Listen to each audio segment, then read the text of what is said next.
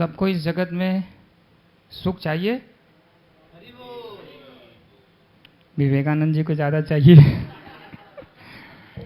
नहीं, उन्होंने ईमानदारी से बोल दिया, बाकी लोग थोड़ा संशय में रहे होंगे क्या बोले क्या ना बोले।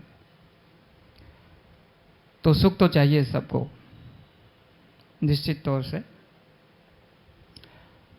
और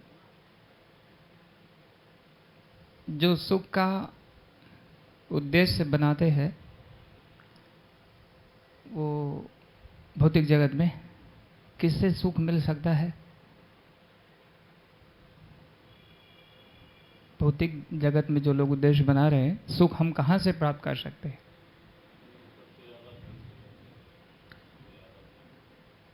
मिश्रा जी ने बताया सबसे ज़्यादा लक्ष्मी का आवश्यकता है। और सब लोग सहमत हैं इस विचार से? क्या बात है।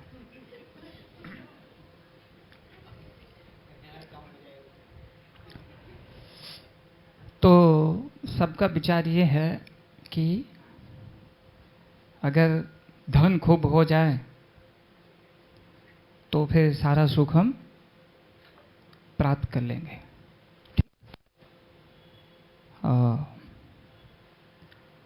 तो मेरा प्रश्न है, क्या धन से आप वृद्धावस्था का कष्ट दूर कर सकते हैं?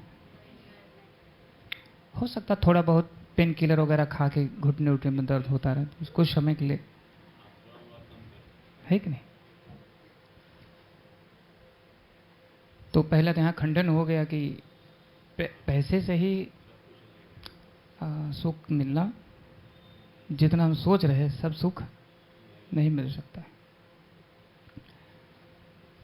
बीमारियां भी हो जाती है तो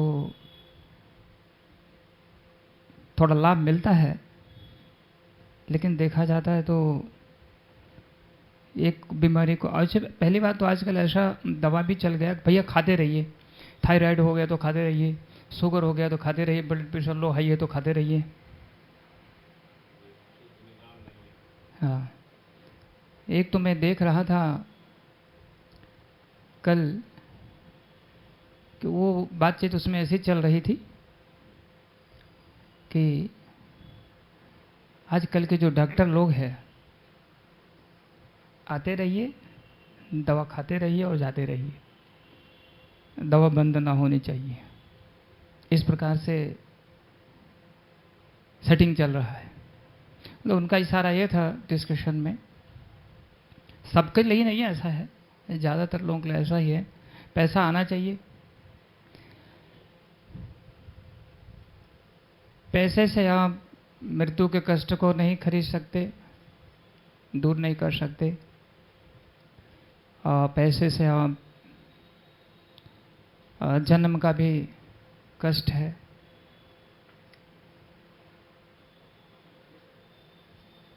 पैसे से क्या वास्तविक प्रेम को खरीदा जा सकता है? नहीं खरीदा जा सकता है।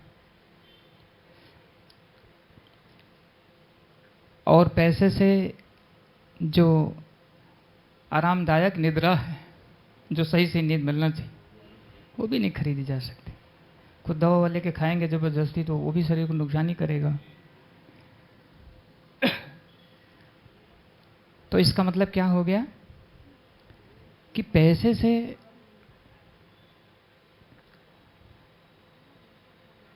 सुख संभव पूर्ण रूपेण नहीं है, थोड़ा बहुत मिल जाएगा।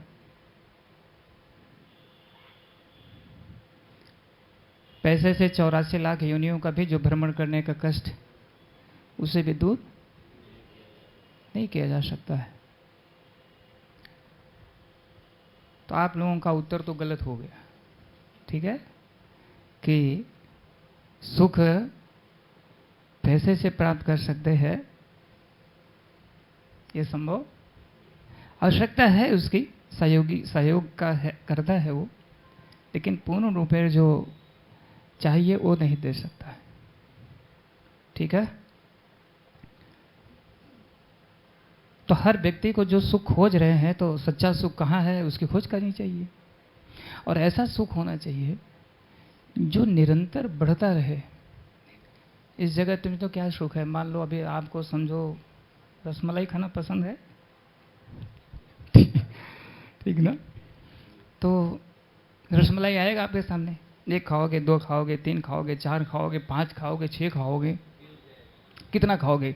बाद में क्या बोलोगे जब आप कहोगे प्रभु जी बस करिए, अब हो गया? मैं कहूँगा अरे मिसाज 2 और प्रभु जी बस करिए, उल्टी हो जाएगी।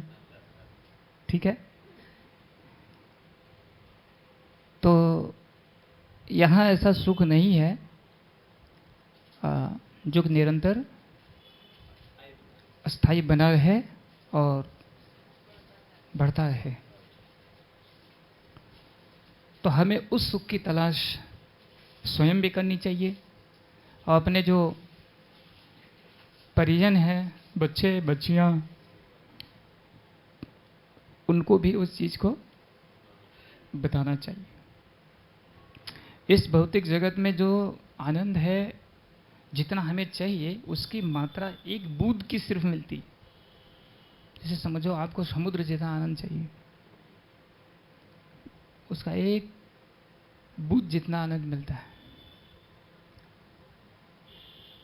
तो सच्चे सुख की तलाश करनी चाहिए या नहीं? बिल्कुल करनी चाहिए, कोई नहीं बोलेगा नहीं करना है। मेरा गला क्यों बैठा रहा समझ नहीं पा रहा हूं मैं। नहीं धुआं तो नहीं है ना? नहीं नहीं, वो जरूरत नहीं है।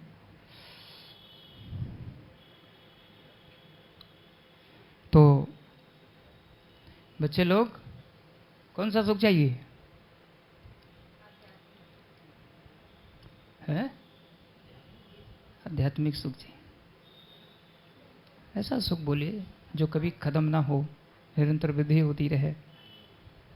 ठीक, समान यहाँ तो है नहीं। अभी मान लीजिए शरीर तो अभी युवावस्था को सुख चाहता है, लेकिन बाद में बेचारा जर्जर हो जाता है, तो भी समस्या है। जर्जर को छुपाने के लिए बहुत सारा प्रयास किया जाता है कि नहीं? लेकिन फिर भी हम लोग दुखी भी हो जाते हैं। मैं गया था सेमिनार में, तो वहाँ बातचीत हो रही थी, तो एक प्रभु जी बोले कि मैं ट्रेन में आ रहा था, तो एक मतलब पिताजी थे, तो प्रभु जी उठे उतरने के लिए रास्ते में, तो बोले पिताजी अरे बेटा अंकल को जाने दो। और इस डिस्कशन हो रहा था, मतलब वो माया की बातें बता रहे थे। जब उसने कहा अंकल को जाने दो, तो मुझे बड़ा ऐसा लग गया, बड़ा मतलब इस प्रकार की फीलिंग आई, मतलब कि मेरा उम्र इतना हो गया है। तो वास्तव में उसको छुपाने का भी प्रयास किया जाता है, लेकिन वो परमानेंट नहीं है। तो परमानेंट की तलाश करनी है हमें, यही बुद्धिमानी है। और भगवत गीता में भगवान बता देते हैं कि परमानेंट निदान कहाँ पे है। ठीक ना? अभी यहाँ अगर कोई प्रॉब्लम है, हमारी शारीरिक गतिविधियाँ कष्ट है, कोई बताता आप बनारस चले जाइए, आप यहाँ चले जाइए, वहाँ चले जाइए, तो हम लोग दौड़ के जाते हैं। और भगवान जब बताते हैं कि निदान कहाँ है, तो उस पर हम लोग गंभीर नहीं हो जाते। अभी बनारस समझो, अभी जाना है किसी डॉक्टर को दिखाने के लिए, तो 1 दिन पहले से व्यवस्था करनी पड़ेगी, और दूसरे दिन बहुत सुबह जाएंगे, फिर आने में बहुत समय लगेगा, तकलीफ भी होगी, पैसा भी खर्च होगा। लेकिन अगर जितने लोग बैठे हो हम कहेंगे थोड़ा मंगला आरती में आ जाइए कल सुबह आप लोग, तब आप क्या कहोगे? सबका एक एक नोटिस निकलेगा अलग अलग से, हमें ये समस्या, हमें ये समस्या, हमें ये समस्या, हमें ये समस्या। यही बात है, जहाँ सारी समस्याओं का निदान है वहाँ के लिए समय नहीं है, या हम गंभीरता से लेते नहीं है। सारे कष्टों का निदान तो आप सबको तो बार बार बताया जाता है, सारे कष्ट का जो निदान है प्रभु का शरण में है। दवाई तभी काम करेगी जब प्रभु की कृपा होगी। एक ही डॉक्टर के पास कई मरीज ठीक होते हैं, कई लोग गाली देते हैं उसको। तो डॉक्टर के हाथ में नहीं एक्चुअली किसी को ठीक करना, वो भगवान का हाथ में है। और जब समय ठीक करना आ जाता आपका समय, तो आप ठीक हो जाते। तो वो बेचारे गुणगान करते हैं, और जो बेचारे नहीं ठीक होते, तो डॉक्टर गलती नहीं है, गलती किसकी है? हमारे कर्मों की गलती है।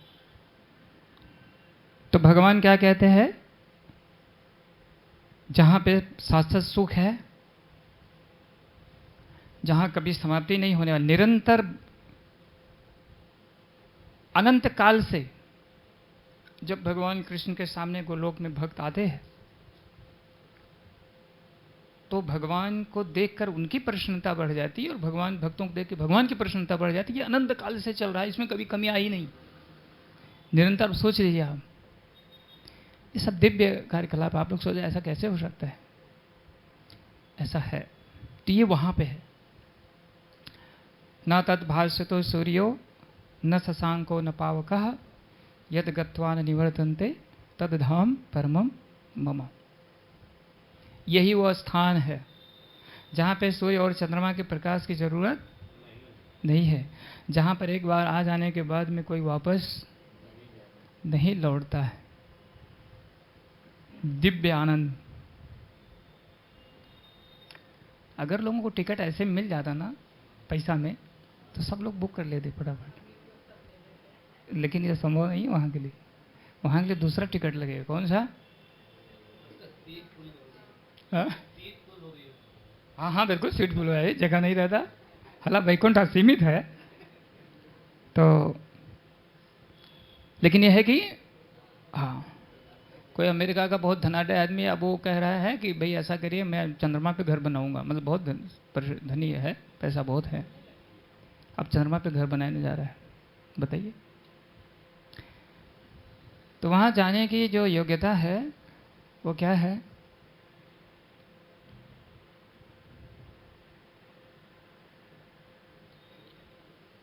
क्या योग्यता? लगन तुमसे लगा बैठे, क्या क्या गाना है? खैर ये भी थोड़ा पूर्ण नहीं हो पा रहा है। भगवान के लिए इतना भगवान के स्वरूप, भगवान के ध्यान, इतना सब में लीन हो जाना है, और कुछ आगे पीछे। यहाँ लोग देखो फांसी लगा लेते हैं ना, काश ऐसा होता कोई भगवान के लिए फांसी लगा लेता प्रभु, तो फिर क्या होता? उसे तुरंत विमान आता और तुरंत लेके जाता, फांसी भी नहीं लगाना पड़ता। लेकिन ऐसा नहीं है। तो ये तो भौतिक जगत का है। तो इसका यही है कि हम हृदय से भगवान के लिए, एक तो होता है कि भगवान को जबरदस्ती स्मरण करना, और एक होता है कि भूलना चाहो तो भगवान भूले नहीं, वो वाली स्थिति में आना है। तो जाना है सबको, तो जाना है तो फिर तैयारी, इस तैयारी तक पहुंचना है। भगवान अब आपके सिवा और कोई नहीं। ठीक है, तो आगे बढ़ते इसी विषय पर चर्चा करेंगे, विशेष रूप से जो हमारे लिए भी और हमारे पितरों के कल्याण के लिए भी आवश्यक है, तो उसके ऊपर हम चर्चा करेंगे।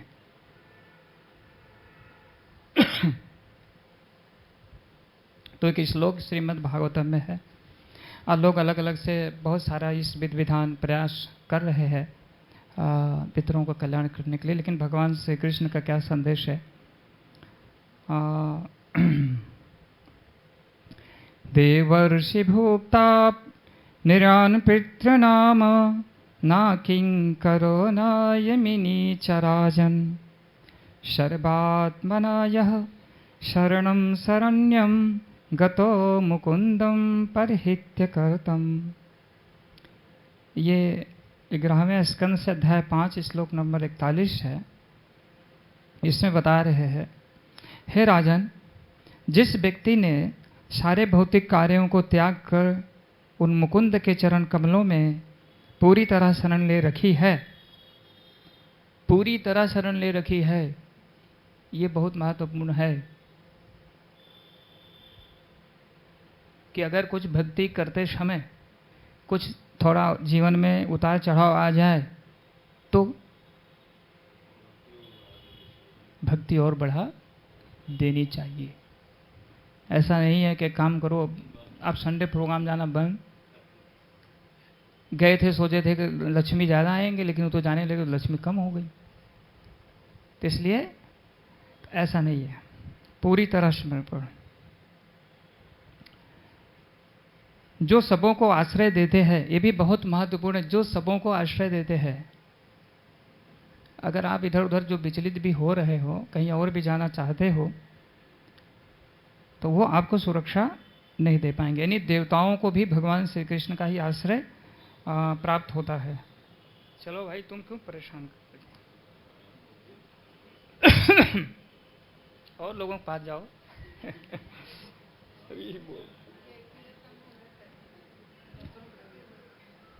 ठीक है, जो सबों के आश्रय, सबों का मतलब x Y Z, Brahma ji, Shiv जी, एक्स वाई जेड, ऐसे व्यक्ति देवताओं, सब कहते हैं ना आपके कुल देवता नाराज हैं या शनि जी नाराज हैं, सूर्य देव नाराज हैं। शनि जी नाराज होते हैं तो कुछ ज़्यादा ही गड़बड़ होता है। क्यों? इनसे ज़्यादा तो कोई शरीर के ऊपर नहीं रहता ना। कितना साल रहते हैं? 7.5 साल, पूरा जीवन ही गड़बड़ हो जाए।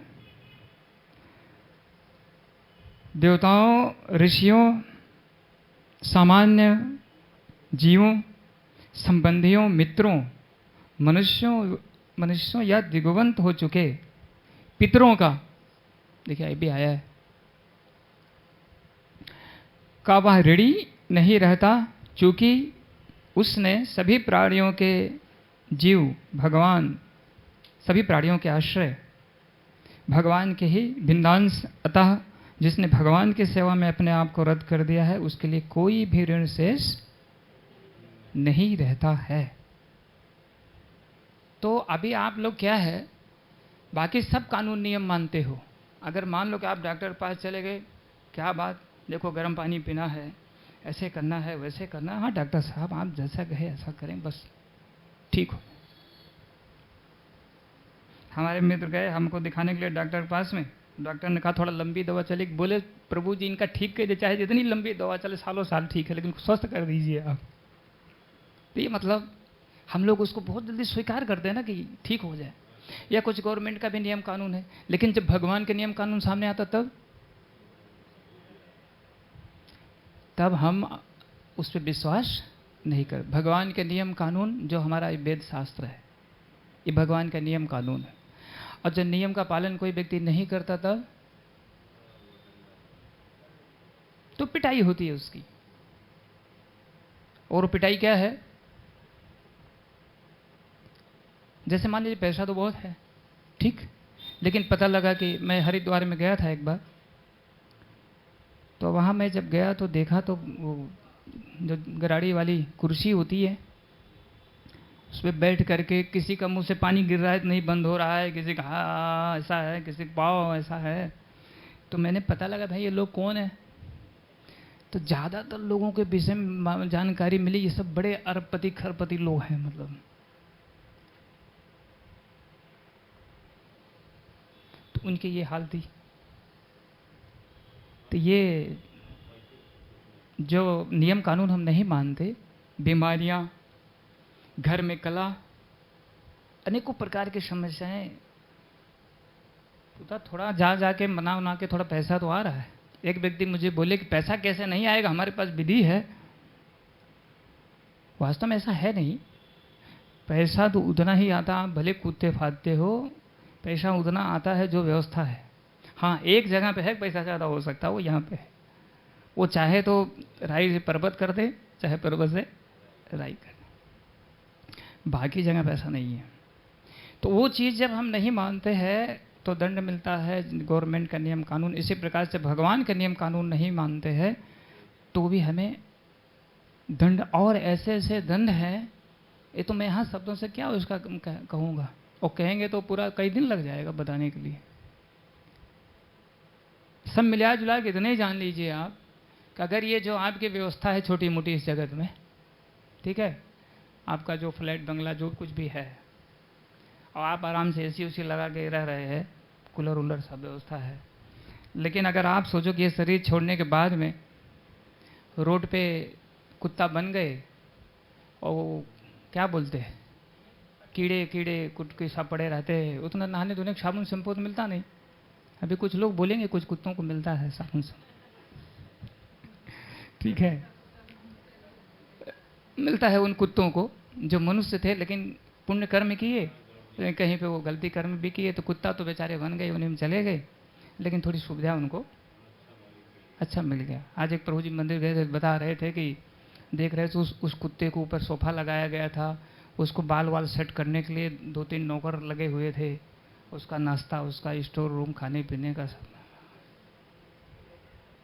तो हालांकि सबसे कुछ नहीं, तो आप सोचा अगर ये छोड़ने के बाद में अगर हमको दूसरा शरीर ऐसा मिल गया तो हम क्या करेंगे? बहुत दुखमय स्थिति हो जाएगी। इसलिए नियम मानना पड़ेगा। वो नियम क्या है जो पढ़ा जा रहा है यहाँ पे, ये मैं उसको दोहरा रहा हूँ कि भगवान श्री कृष्ण के वाक्य है, ठीक है। क्या करना, अगर मेरी शरण कोई ले लिया है, समस्त कर्म के बंधनों से, समस्त ऋणों से मुक्त हो जाएगा, और अगर नहीं लेंगे तो उसी में फंसते चले जाएंगे। जैसे मकड़ी जाल बनाती है ना, तो ऐसे हमारे कर्मों का जाल बनता चला जाएगा और निकलना उसमें संभव नहीं होगा। तो ये श्लोक श्रीमद् भागवत का है, ये बता रहा है कि हम सबको क्या करना चाहिए, पितरों को उद्धार करने के लिए। देखिए, जो भगवान की भक्ति करता है, 7 पीढ़ी अपने माता की, 7 पीढ़ी जो दादा वादा हैं घर में, 7 पीढ़ी जो भविष्य में आएंगे, कितना हो गया?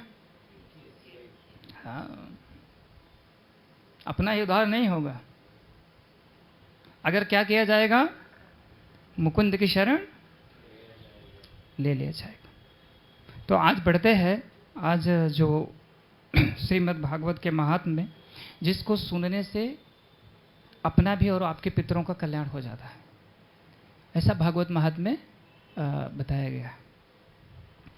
तो कथा इस प्रकार है, उसको बार बार सुनना चाहिए। पद्म पुराण से है। एक बहुत ही सदाचारी ब्राह्मण जी थे, सब नियमों का पालन करते थे, पूजा पाठ सब अपना करते थे, बहुत ही अच्छे थे, लेकिन उनका जो पत्नी थी वो सदाचारी नहीं थी। मतलब आप कथा सुन चुके हैं, फिर भी सुनिए ध्यान से।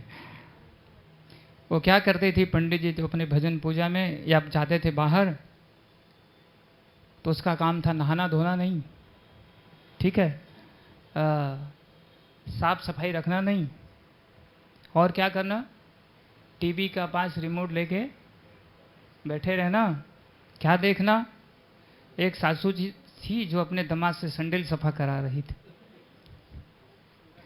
आजकल धारावाहिक देखना बहुत जरूरी हो गया है। आप मतलब जो लोग देखते हैं, देखना नहीं है, जो लोग देखते हैं। और एक पत्नी थी जो अपने पति से झाड़ू लगवा रही थी, जो भी हो, ठीक है। तो नहाना धोना नहीं, स्वच्छता रखना नहीं, और क्या करना, मुंह बंद नहीं रखना। कोई आए तो चालू ही काम तो करना नहीं, इधर उधर बर्तन उधर बना के फेंक देना। और पति जब आ जाए घर पे तो लड़ाई शुरू कर देना, पानी वानी देना नहीं, बस इस प्रकार की वो। तो उसको पत्नी तो कह नहीं सकते, लेकिन जान लीजिए, तो इस प्रकार का जो आचरण है वो खतरनाक है। अगर हम लोगों के अंदर में है तो सावधान होना चाहिए, उसके जैसे गलत चारणी नहीं बनना चाहिए। ठीक है, आप लोग देखिए, माताओं के लिए बताया गया है शास्त्र में, अभी तो कलयुग है लेकिन बता रहा हूँ, उनको पर पुरुष की छवि देखनी नहीं चाहिए। ठीक है, तो उनको तो दूर, जब वो टीवी पिक्चर जो भी अगर देख रहे हैं, कितने लोगों का आदान प्रदान हो रहा है, और कितने लोग तो किसी किसी के क्या बन जाते हैं, मित्र बन जाते हैं। फैन को क्या बोलते हैं भाई, जो भी है उनका पसंद आ जाते हैं, जो ही है। घर में पति जी हैं भी, लेकिन हम दूसरे के क्या बोलेंगे उनको, ये लोग फॉलोअर है, जो भी है, मतलब वो बहुत हमें प्रिय हैं, जो भी है। जितनी देर आप गलत चीज़ों को देखते हैं वो भी काउंट किया जाता है, जो भी एक्स वाई जेड। हम लोग चाहे आप मोबाइल पे, टीवी पे, जो भी है, गलत चीज़ें जो भी देख रहे हैं, ऐसा मत सोचिए मैं इसको देख रहा हूँ, कोई देख नहीं रहा है, ऐसा नहीं है। ये भगवान के जो सब व्यवस्था लगी है, सब एकदम, कितनी देर कथा में आए, कितना देर बैठे आप, कितना कथा ध्यान से सुने, कथा हाँ सुन भी नहीं किए, कथा में आप घर गांव की कुछ चर्चा करने लगे, ये जो कथा कह रहा था उसके ऊपर ही मन में गुस्सा हो रहे थे, ये सब नाटक नोटंकी सुना रहे हैं। ठीक है बहुत सारी चीज़ें हैं, वो भी काउंट होता है। आप बोलेंगे मन की बात, हाँ ऐसा यंत्र है, मन की बात समझ, आप जो सोच रहे वो भी एकदम चल रहा है। इसलिए अपराध 3 प्रकार से होते हैं, मनसा, वाचा, कर्मणा। और मतलब पाप कर्म भी मनसा, वाचा, कर्मणा होता है। तो एक व्यक्ति ने कहा, अरे प्रभु जी, कलयुग में मन से पाप करने के लिए छूट है। ठीक है, मन से तो उसको सोचने का लगता नहीं पाप, लेकिन सबको ये जानना चाहिए, कोई भी पाप करने से पहले मन ही विचार करता है उसके लिए। तो ये भी तो सबसे महत्वपूर्ण है। तो ये सोच के मस्त नहीं रहना, रे मन से सोचते नहीं तो पाप लगता नहीं है, सोचते सोचते तो फिर इस प्रकार से चल रहा था। पंडित जी उसको बड़े समझाए, बड़ा परेशान हो गए। और लफड़ा क्या था, उनका घर में कोई संतान भी, विवाह हो गए, बहुत दिन हो गया, कोई संतान भी नहीं हुई। संतान होना अनिवार्य है। अभी आजकल का तो सब बदलता जा रहा है थोड़ा, कि ज़रूरत ही नहीं है। तो ऐसा हमारा वैदिक शास्त्र कहता है कि संतान होना। वो क्या करते हैं संतान, पिता और माता और बच्चे एक दूसरे का मिल करके वो उसका भगवत धाम जाने का मदद। अगर मान लो कहीं पिता बाई चांस कुछ मिस भी हो गया, तो पुत्र या पुत्री उसको अच्छा से भक्ति करके उसको भगवत धाम भेज सकती है। पुत्र के लिए ज़्यादा शास्त्र में आया नहीं, तो आप लोगों मन में शक हो जाए, कोई सोचेंगे अरे प्रभु जी आपने पुत्री के लिए कहाँ पढ़ लिया। तो पुत्री और पुत्र के लिए मैं दोनों के लिए इसलिए बताया, भक्ति जो है ये कर्मकांड के ऊपर लागू नहीं होती है। जैसे नीचे का सिग्नल 4 व्हीलर के लिए, और भक्ति जो है एरोप्लेन, हवाई जहाज है, ठीक, बिना सिग्नल के। तो इसमें एकदम सीधा सीधा चलता है। और कर्मकांड भी बताया गया है कि अगर जैसे, अच्छा मैं सुना हूँ, उसको तो पढ़ा तो नहीं हूँ, कि अगर नहीं कोई करने वाला है तो पुत्री का भी अधिकार है को माता पिता के लिए कल्याण के लिए कार्य कर सके। तो उनका कोई संतान नहीं थी, बेचारे बड़े दुखी थे। और एक दिन उन्होंने निर्णय कर लिया कि अभी क्या करना चाहिए, ये शरीर को छोड़ ही देना चाहिए है।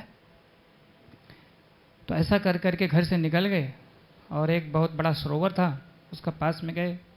विचार किए थे, बैठ के वहाँ अपना रो रहे थे, बैठ के रो रहे थे, पश्चाताप कर रहे थे।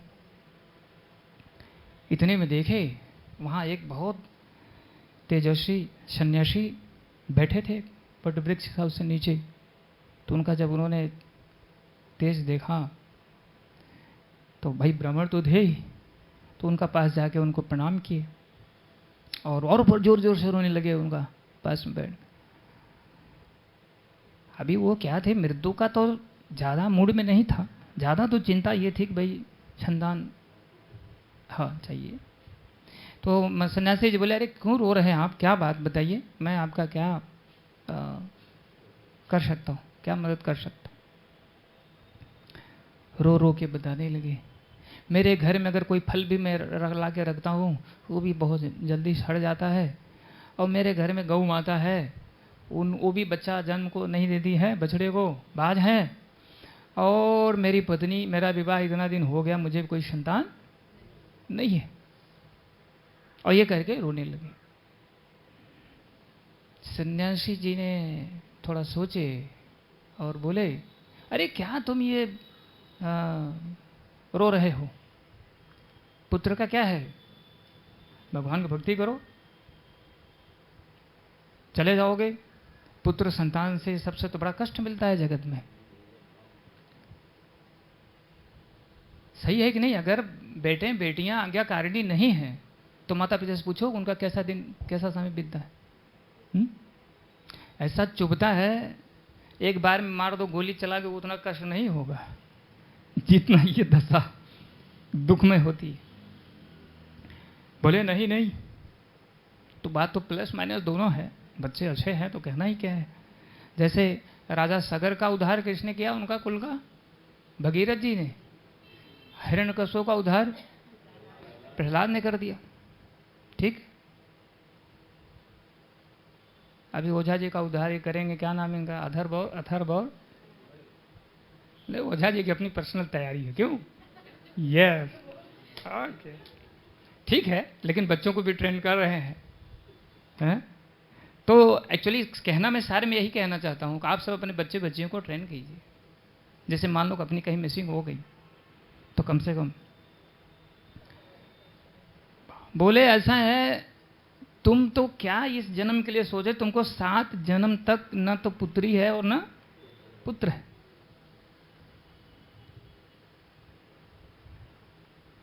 तो जो होते हैं जो इस स्तर के सन्यासी इत्यादि, वो पढ़ा जा सकता है। इसलिए पढ़ा क्या जा सकता है, एक्चुअली ब्रह्मा जी ने सब पहले से ही, विशेष रूप से ये दोनों हाथ का बताया जाता है। तो बोले दोनों हाथ में 7 जन्म का लिख दिए है। आप लोग भी सोचो कि दोनों हाथ में कितना लिखें। तो क्या है, अभी ये लैपटॉप कंप्यूटर है, इसमें थोड़ा सा क्या लगाते हो, डिस्क और इसका लगता है, तो उसमें कितना सारा है? तो ब्रह्मा जी की व्यवस्था है। तो वास्तव में ऐसा सब है, तो उन्होंने बोला कि 7 जन्म के लिए आपको संतान। अब ब्राह्मण व्यक्ति भाई होशियार, बोले अगर ये 7 जन्म देख सकते हैं तो इनको संतान देने में क्या, आराम से दे सकते, ठीक है। और उन्होंने कहा अब आप जो है हमको अगर नहीं देंगे संतान, मैं आपके चरणों में ही आत्महत्या कर लूँगा। थोड़ा बनावटी रोल भी अदा कर दिए कि इनके अंदर दया आ जाए। तो रो रो करके और जोर जोर से और बोले मैं यहीं पे प्राण त्याग दूंगा। अब भक्त को स्वाभाविक, अगर हमारे आपके चरण में कोई रोए, कोई आके ऐसा सामने, तो हमको आपकी दया आ जाती है। तो भाई अभी भगवान के शुद्ध भक्तों को तो कहना क्या, हो तो उसी लिए शरीर धारण करने, वो तो सोचे बड़ा अपराध हो जाएगा, ये शरीर यहाँ पे छोड़ देंगे। तो उन्होंने कहा ठीक है भाई। तो उन्होंने एक फल दिया उनको, बोले ले जाके अपने पत्नी जो खिला दो, आपको संतान प्राप्त होगी। बड़े खुश हो गए, रोना धोना बंद हो गया। बोले आज तो काम बन गया है। बड़े ही खुश होकर के घर पे आते और अपनी पत्नी को बोलते हैं, लो इतना सालों का जो हमारा दुख था ना, दूर हो गया। आज देखो। मैं बोली क्या हो गया? बोले देखो महात्मा जी ने प्रसाद दिया है और हमको संतान जन्म लेगी। लेकिन वो 1 नंबर की दुष्ट थी। वो क्या दुष्ट था उसके अभी देखिए। तो उसने कहा अच्छा चलो ये तो बहुत बड़ी, लाओ हमको दे दो। तो बोले खाओ। बोले ऐसे थोड़ा खाया जाता है, अरे पहले थोड़ा नहाओ धोंगी। पहले थोड़ा नहाती धोती नहीं थी, तो थोड़ा स्नान करके और नहा धो करके फिर खाऊंगी। अब वो तो जाओ आप अपना काम धाम करो, जाओ जजमानी चलाही में जाओ, कुछ कार्य करो, अभी तो आ गया है। अच्छा वो चले गए आत्मदेव जी। इसने क्या किया, टेंशन में हो गई, इसने विचार करने लगी, अरे ये बच्चा कहाँ पे गर्भ में आएगा, हमारा शरीर भारी हो जाएगा, ये हो जाएगा, अब बड़ी परेशानी होगी, और गांव में अगर चोर और आ गए सब लोग भाग जाएंगे, मैं भाग नहीं पाऊंगी, अनेकों प्रकार सब विचार करने लगी।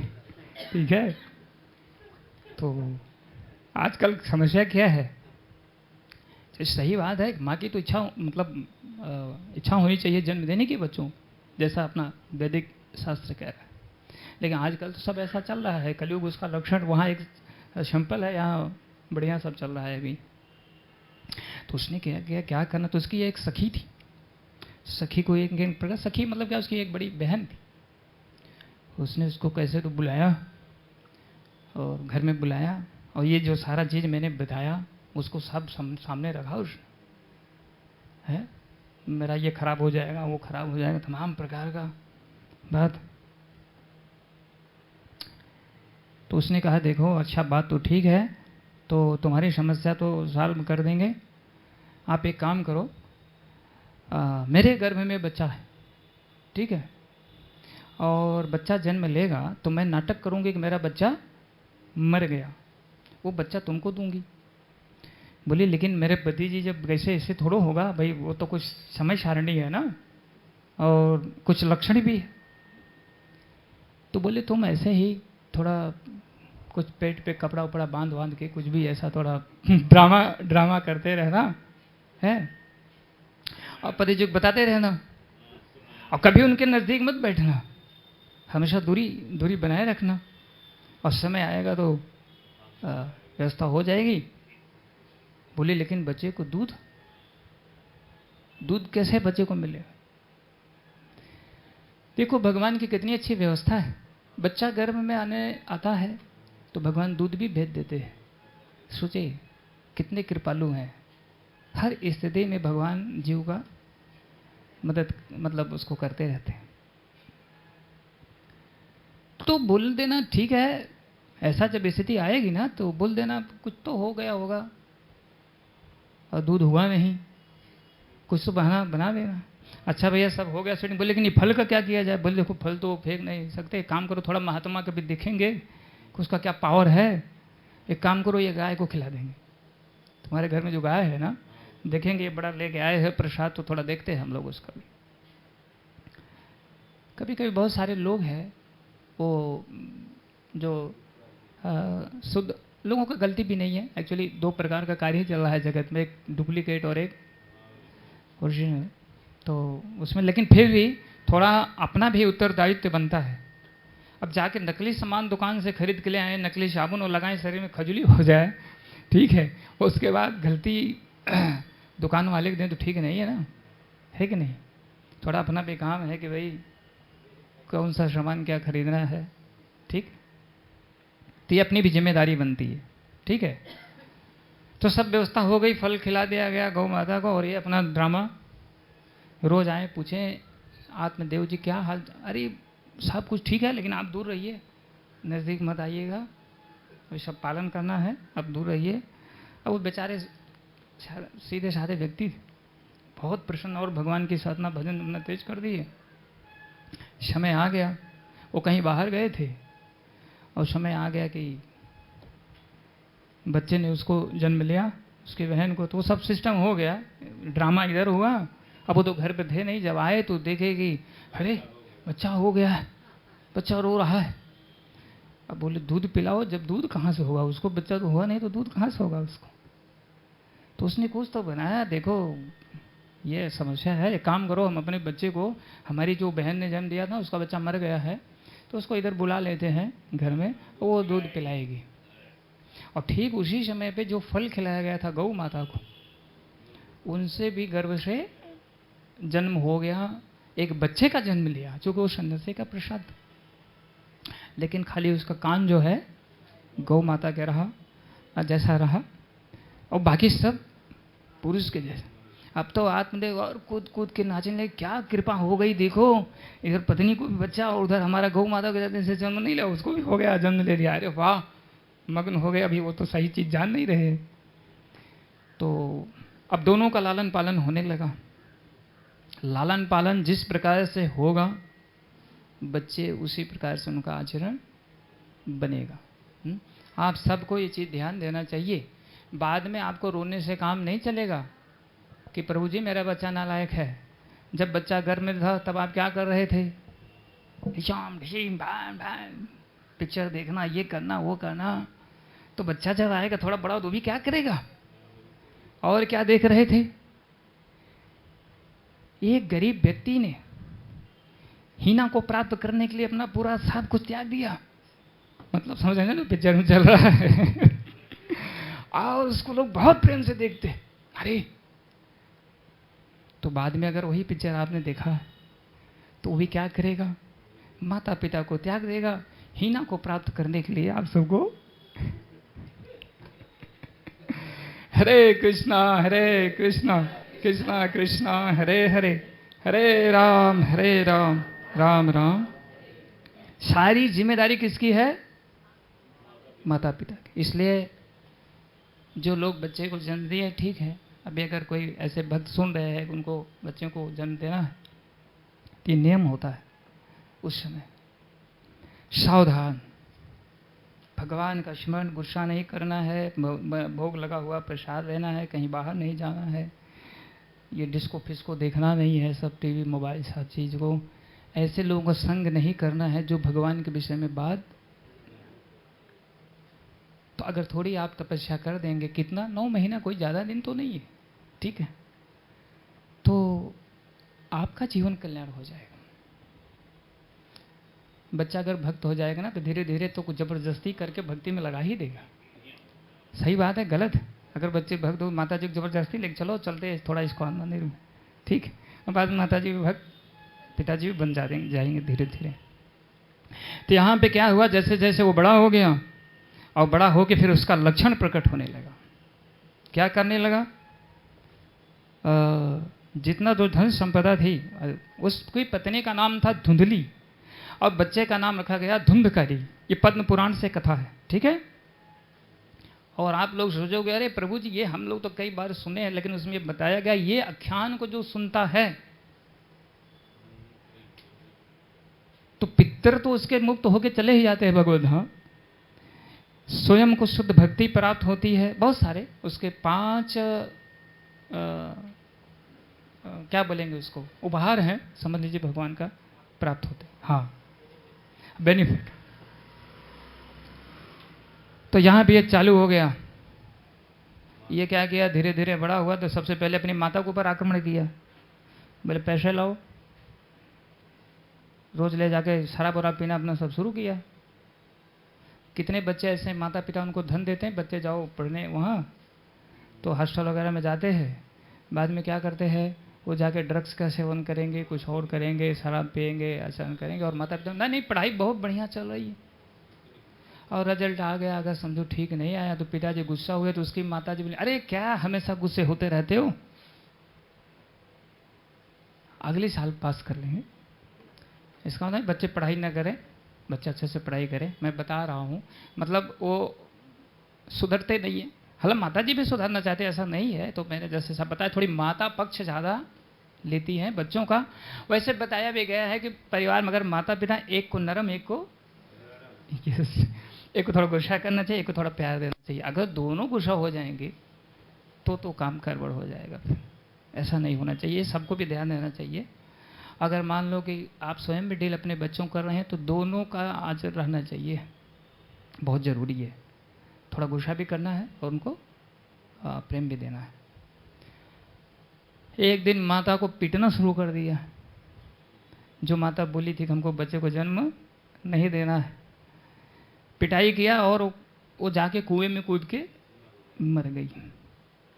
तो उसको देखो ये आचरण हो गया, बुरे काम का बुरा नतीजा मिला। और गोकर्ण जी क्या हुआ, वो अपना धीरे, वो जब थोड़ा बड़े हुए, अब उनका लक्षण ही सारा सब कुछ अलग था भाई। वो निकल गए अपना गुरुकुल पढ़ाई और भ्रमण पे। एक दिन बीच में थोड़ा आए मिलने के लिए, तो पिताजी रो रो करके सब बताने लगे वो पुत्र की दुर्दशा। तो उनको समझाया गोकर्ण जी ने, पिताजी देखो ये आपकी दुर्दशा की बात नहीं, उन्होंने उदाहरण दिया महाराजा चित्रकोट की कथा सुनाया उनको। इतने बड़े राजा थे, उनको ये सब दुख उठाना पड़ा था, और दृष्टांत दिए उनको। तो ये सब मोह में मत पढ़िए। आप एक काम करिए, अब चले जाइए कहाँ, वृंदावन, भजन में जुट जाइए।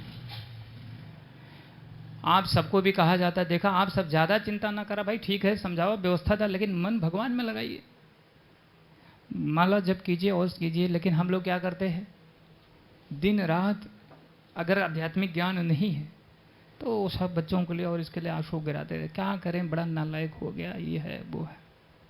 वो भी माने नहीं, गोकर्ण जी फिर निकल गए। पिताजी ने भी जाके आत्महत्या, चूंकि अब जब चोरी वगैरह करने लगा, एक सम्माननीय व्यक्ति है, तो बहुत जगह से शिकायत आने लगी, ये बोले अब जीना ठीक नहीं है, पिताजी में जाके वो भी शरीर छोड़ दिए। अब राज धुंधुकारी का पूरा घर में हो गया। जैसे पिताजी जब गए तो उसने पहला काम क्या किया, पहला काम किया कि 5 वेश्याओं को घर में ले आया। अब उसका सब काम हो गया, शराब पीना, मांस खाना, व्यभिचार, ठीक है, सब कुछ अपना मन मस्ती करने लगा। बीच बीच में जो गोकर्ण का कुछ फोन आ जाता रहा होगा, पता नहीं तब तो मोबाइल था नहीं, किसी बहाने से कुछ मैसेज तो आ जाता रहा होगा, भाई देखो आचरण ऐसा मत करो भाई मेरे छोटे, और नहीं तो आपको कष्ट होगा। तो बोलता चलो हमको रहने दो समझाने के लिए, मैंने बहुत सब सुना, कौन है भगवान, कौन है क्या, कुछ नहीं, खाओ पियो मजा करो। ऐसे लोग अभी भी है, समय खाओ पियो मजा करो भाई, कुछ ये सब क्या है, किसने देखा भगवान को। तो चोरी, चूंकि थोड़ा पहले धन था इधर उधर हुआ, बाद में लंबी लंबी चोरी चालू हो गई। कल हमारे गांव में, अब आजकल चोरों ने, अभी आप पता नहीं सुने कि नहीं, अब सिस्टम चला है, ड्रोन से पहले एरिया का निरीक्षण करना है, कहाँ रोड है, कैसे कहाँ है, कौन जा रहा है, कौन आ रहा है, रात में कहाँ लोग सोए हैं। और चोरी अब ऐसी नहीं है कि जाग जाओगे तो भाग जाएंगे, अगर वो आपके घर में आ गए, अगर आपने प्रतिकार किया तो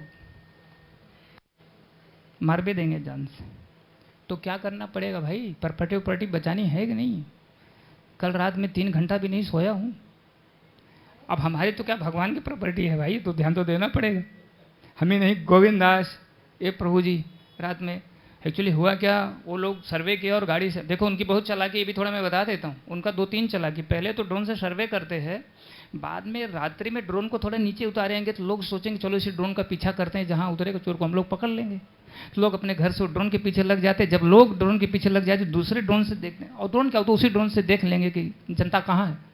और उसके बाद घर में जाके हाथ सफाई, पहला तो एक हरे कृष्णा। तो ये भी होशियार रहना है कि ड्रोन के पीछे भागना नहीं, आप अपने घर है और लोगों के साथ में। दूसरा बात क्या है, जागरण तो करना पड़ेगा और कुछ लोगों का संपर्क रखना पड़ेगा। अगर ऐसी स्थिति आती तो तुरंत उनको फ़ोन करिए, क्योंकि एक बार अगर आपके घर में आ गए और तो फिर आप कुछ कर, अभी क्या होगा कैसे होगा भगवान जाने, लेकिन मैंने थोड़ा बता दिया। तो सुरक्षा के लिए तो हर आदमी चाहता ही है, तो आप लोगों को थोड़ी इससे सावधानी।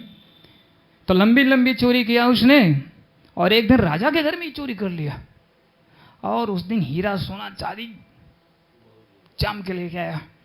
वेश्याओं ने देखा, वाह क्या बात है, सामान दो। उनको तो पता क्या चाहिए, धन चाहिए। तो 5 ने मीटिंग किया कि रोज रोज चोरी हो रही, माल खजाना आ रहा है, अगर कभी इंक्वायरी हो गई ये सब कहाँ से सब बंद चल रहा है, तो अगर गवर्नमेंट कभी चेकिंग में आ गया तो पता लगेगा, हम लोग को भी जेल का हवा खाना पड़ेगा। भाई पैसे तुम्हारे पास कहाँ से आ रहे। हाँ, लाइट चली गई। हरे कृष्णा, आ जाओ इधर आगे बैठ जाओ। हरे कृष्णा कृष्णा कृष्णा हरे हरे, हरे राम राम राम हरे। तो 5 ने एक मीटिंग किया। मीटिंग क्या किया, देखो माल बहुत है, माल को लेना भी है, माँ और चोरी के जुर्म से बचना भी है। तो क्या किया जाए, मुजरिम को मार दिया जाए। तो धुंधकारी जी को रात में आए, थोड़ा शराब और आग पी गए और लेटे। उसके बाद वो 5 ने उनका साथ में अपना आदान प्रदान शुरू किया। आप तो बहुत प्रिय हैं, ये है वो है, धीरे धीरे खाट के ऊपर, और धीरे धीरे बात करते करते, चूँकि धुंधकारी नशे में थे, रस्सी से लोगों ने बांध दिया। उसके बाद अब सही प्रेम शुरू हुआ, लेह मौका चालू हुआ, मार डालना, मतलब उसको मार डालना था जान से। लेकिन अब धुंधकारी भी शैतान है, इससे थोड़ा मरेगा। तो लोगों ने बड़ा प्रयास किया, मर नहीं रहा था। बोले अगर छूट जाएगा तो हम लोग मरेंगे। तो लोगों ने बुद्धि लगाया, देखो वहाँ कुछ कोयला अग्नि कुछ रखा था, उसको खूब जल्दी जल्दी गर्म किया, उसका मुंह में डाल दिए। बुरे काम का बुरा नतीजा। ये तो थोड़ा लेकिन प्रयासित हो रहा है, इससे बचेंगे नहीं। अब क्या करें? तो कहाँ लेके जाएं बाहर जलाने के लिए? तुरंत साहब घर में ही गड्ढा खोद के और तुरंत। आजकल भी ऐसा कैसे आप लोग सुन रहे हो, ये कोई पुरानी बात नहीं है, नया भी सब चल रहा है। अब 2-3 दिन बीता तो आजू बाजू वाले बोले, अरे भाई धुंधकारी भैया कहाँ हैं, आजकल नहीं दिख रहे हैं, कहीं लंबे सफ़र चले गए हैं क्या? हाँ हाँ, वो थोड़ा चले गए ना दूर धंधा पानी करने के लिए, आजकल थोड़ा धंधा मंदा चल रहा था, इसको थोड़ा दूर चले गए हैं, अभी है नहीं यहाँ पे। उसके बाद एक एक नंबर से सब निकल गए। तो कुछ लोग सोचते हैं, आजकल लगभग सोचते हैं ना, वो फांसी लगा के मर गया, ये हो गया, लोग सोचते हैं कि ये सब करने से हमको छुट्टी मिल जाएगी। छुट्टी नहीं मिलती है आपको, आपके कर्म के हिसाब से दूसरा शरीर धारण करना। तुरंत प्रेत योनि में चला गया वो। और प्रेत योनि में जाने के बाद क्या होता है, बहुत कष्ट होता है। वो सब तो आप लोग जानते भी हैं, बताया भी हूँ, है क्या कष्ट होता है। भूख प्यास लगती है, सूक्ष्म शरीर होता है, भोजन नहीं मिलता, खा नहीं सकता, वो इधर उधर भागता है, फिर उसके शरीर में घुसना, उधर घुसना, उधर घुसना। किसी के शरीर में भी जाता है तो भी क्या होता है, पिटाई होती है, चप्पल से, जूता से, मिर्चा का धुआं से, बहुत तरीके से सेवा होती है, बहुत ही कष्ट होता है। आप सब लोग कोई प्रेत प्रेतनी बनने का, आप लोग तो बनोगे नहीं, आप तो भक्त हो, कथा सुन रहे हो भगवान का। लेकिन बाई चांस कभी कभी जीवन में ऐसा अगर मोड़ आ गया, नहीं नहीं अब जीना नहीं, मर जाना ही ठीक है। हाँ जी, क्या बोले? अच्छा ओके। तो बहुत कष्ट होने लगा उसको। और ये कष्ट कितने सालों के लिए होता है? हजारों वर्षों के लिए। यहाँ तो 50 और 60 वर्ष में ये हाल हो जाती पूरी। आप जितने लोग बैठे हैं, सब लोगों का आना, एक दूसरे ने एक चिंता शुरू ही रहता है। 1000 वर्ष प्रेत योनि में रहना। अब रोने लगा बेचारा। क्या रोने लगा? अगर मैं भैया की बात मान लिया होता, अगर मैं अपने पिताजी की बात मान लिया होता, तो आज ये दिन हमें देखना नहीं पड़ता।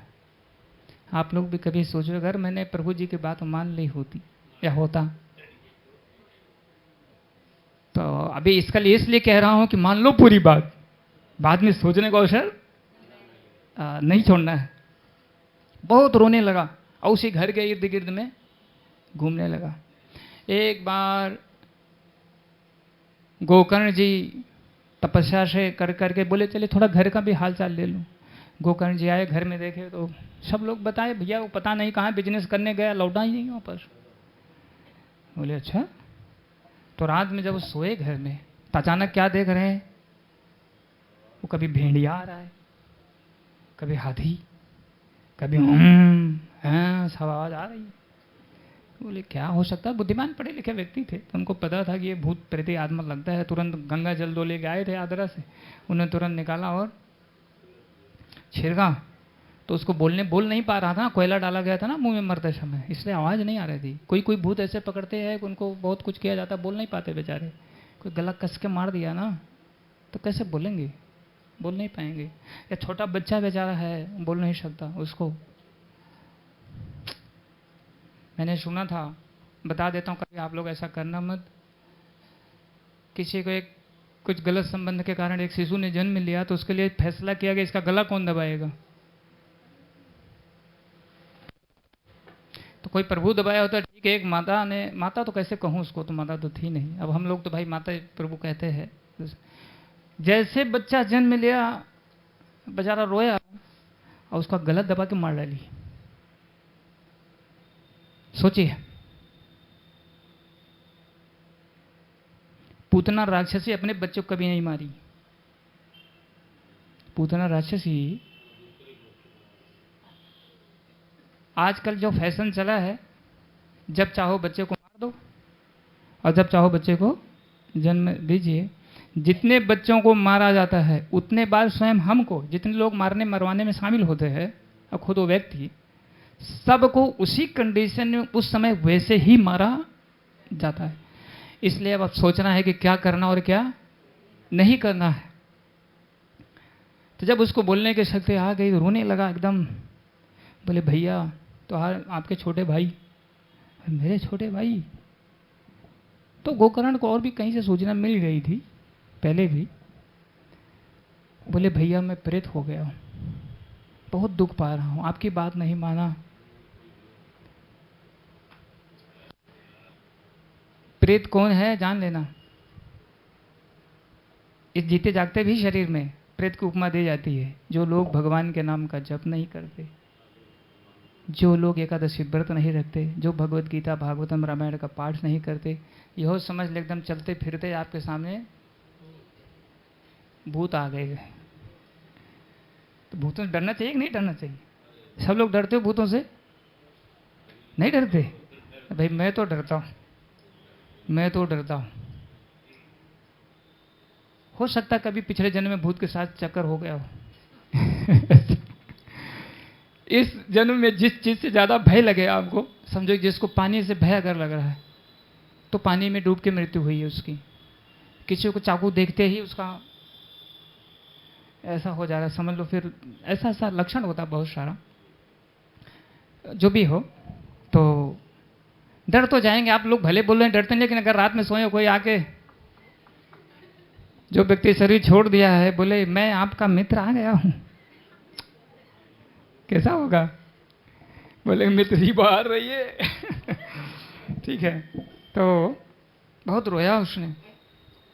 गोकर्ण जी ने कहा, जो हम लोग अभी लोग गया जा रहे हैं ना, गया पिंडदान करने के लिए, गोकर्ण जी ने कहा तुम्हारे लिए मैंने तो सब कुछ कर दिया, गया में जाके पिंडदान सब हो गया। बोले भैया मेरे लिए एक बार नहीं, मैं इतना पाप है, हजारों बार जाके आप पिंडदान करो, मेरी मुक्ति होने वाली। तो थोड़ा सावधान रहिए, ऐसा मत सोचिए कि हम गया चले गए तो हमारे पितर चले ही गए होंगे। उनके लिए एक और स्पेशल और सस्ती बहुत साधारण व्यवस्था है, वो आ रहा है सामने। बोले भैया कुछ करिए, अभी आप कुछ कर सकते हो। बोले देखो ठीक है, तब तक तुम शांति बनाओ, थोड़ा धैर्य रखो, मैं थोड़ा इसका निराकरण करता हूँ कि कैसे तुम्हारा काम हो सकता है। तो दूसरे दिन मिले ओझा जी से, मिश्रा जी से, सबसे मीटिंग कहन, तो ये सब कहन देखा ईशन ब। फिर गया जादू, फिर आप गया जाइए, ये करिए, वो ब्राह्मणों को इधर बुलाइए, वो करिए, सब दुनिया भर मीटिंग करें। और सब कहन अगर गयम नहीं उद्धार हुआ तो कहीं उसका उद्धार हो ही नहीं सकता है। तो बड़े चक्कर में पड़े, इन पे जाए गए, बड़ी मुसीबत है। ब्राह्मणों ने भी कह दिया है कि इसका उद्धार नहीं होगा, क्या करें? तब उन्होंने अपने तपस्या के बल पे सूर्यदेव को गति को रोक दिया। उन्होंने नहीं प्रार्थना किया उनसे, और सूर्यदेव जी से पूछा कि आप सारे जगत को ज्ञान प्रदान, अंधकार को दूर करते हैं, प्रदान करते हैं, आप बताइए मेरे भाई के लिए क्या किया जाए? ऐसी ऐसी दशा है, मैंने गया में जाके सब किया हूं। तो सूर्यदेव जी ने कहा देखिए वो सबको छोड़ दो, अभी आपको एक काम करना है, उसके लिए, उसके कल्याण के लिए, प्रेत योनि से मुक्त होने के लिए आपको श्रीमद् भागवत का उसके नाम से पाठ करना है। सप्ताह के अंदर समर्पित करके आपको पाठ करना है। चाहे आप करो, चाहे किसी योग्य व्यक्ति से कराओ। तो काम सरल हो गया कि नहीं? या गया जाएंगे आप, समय लगेगा, पैसे लगेंगे, पता नहीं पंडित जी मंत्र ठीक से पढ़ेंगे, क्या होगा क्या होगा, और पता नहीं वो भी पाप कितना है, वो भी लौट के बोलेगा अरे भैया हम तो गए थे फिर वापस आ गए। तो गोकर्ण जी ने सूर्यदेव जी को बात को मान लिया। क्या करना है आपको? श्रीमद् भागवत का पठन पाठन श्रवण, उनके नाम से आप संकल्प कर दो कि जो मेरा भाई है, ये जो मैं भागवत का कर रहा हूं पाठ, मेरे भाई की मुक्ति होनी चाहिए। गोकर्ण जी खुश हो गए, लेकिन ये थोड़ा गांव में प्रचार भी हो गया। ये नियम होता है जब कथा सुनना है, ज़्यादा से ज़्यादा लोगों को बुलाना चाहिए और स्थान की अच्छी व्यवस्था करना चाहिए। अच्छी व्यवस्था समझ गए ना, अच्छा से बिछाया जाए, पंखे और कूलर की व्यवस्था किया जाए, जो भी है ठीक है। ज़्यादा से ज़्यादा, जितने ज़्यादा लोगों को आप बुलाएंगे उतना ही भगवान और कृपा प्रदान करें। सब आ गए, कथा शुरू हो गई। उन्होंने संकल्प कर लिया कि कि मेरे भाई का कल्याण होना चाहिए। तो अब कथा में धुंधकारी को भी आना था। अब उसका तो सूक्ष्म शरीर है, कहाँ रुकेगा वो? तो एक बांस का उधर गाड़ा गया था, कुछ तो सूखा बांस था, आके उसके अंदर उसने भी बैठ गया, कथा सुनने लगा।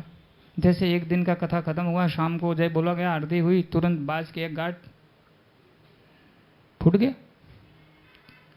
लेकिन कोई लोगों ने ज़्यादा ध्यान नहीं दिया, लेकिन कुछ लोगों ने दिया, हाँ भाई ये कुछ तो हुआ। तो ऐसे ऐसे 7 दिन कथा हुई। जब 7वां दिन आया तो कुछ लोगों ने का निशाना हाँ बस का ऊपर था कि आज देखते क्या होता है। ठीक, और ज़्यादा से ज़्यादा लोग आकर्षित हो गए थे। जो कथा होती है भाई, बाद में कुछ बातें भी होती।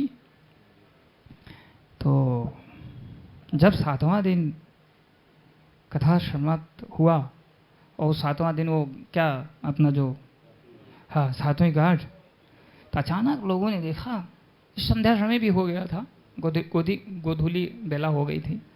अचानक देखे कुछ तो एक बहुत तेज पुंज दिख रहा है। धीरे धीरे देखते थे एक बहुत सुंदर विमान आ रहा है। कैसा है वो विमान? उस विमान के अंदर 5 स्टार 7 स्टार होटल से अच्छी व्यवस्था है। ठीक है, और उसमें गार्डन है, अनेकों प्रकार की जूस पीने की व्यवस्था है, अनेकों प्रकार के प्रसाद की व्यवस्था है। ठीक है, और एसी लगाने की ज़रूरत नहीं है, पेट्रोल भरने की ज़रूरत नहीं है। बना किससे है? यहाँ किसी की मड़ी से उसकी तुलना नहीं कर सकते। अब कह दें तो हीरा सोना से समझ लीजिए, लेकिन वो तो जो वहाँ का जो हीरा सोना है यहाँ के हीरा सोना से बहुत विशाल है। चलता कैसे है? इच्छा से। यहाँ तो कोई विमान है ऐसा? मतलब पेट्रोल पहले भराएंगे तब लेके जाएंगे, तो उसके लिए ये सब ज़रूरत नहीं है। आप हाँ भाई इधर पहुँचना है अमेरिका, जाके पहुँच जाए इच्छा मात्र से। तो